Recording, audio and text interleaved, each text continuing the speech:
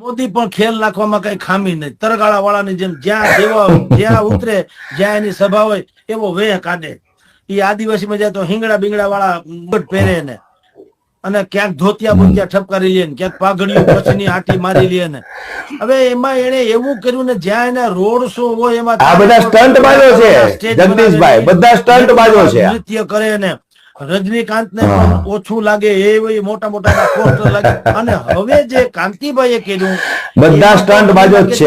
વડાપ્રધાન થી લઈ અને નીચે સુધીના નેતાઓ, સાંઈરામ દવે, ધીરુભાઈ સરવૈયા, માયાભાઈ આહિર, જગદીશ ત્રિવેદી, આ બધાનું પ્રતિનિધિ મંડળ જાહે સ્પીકર પાસે કે મુખ્યમંત્રી પાસે કે ભાઈ આ લોકોને કયો અમારા ધંધામાં ચંચુપાત ન કરે. મેં હાસ્ય કલાકાર છીએ પણ હાસ્યાસ્પદ નથી. તમે રાજનીતિને હાસ્યાસ્પદ બનાવી દીધી.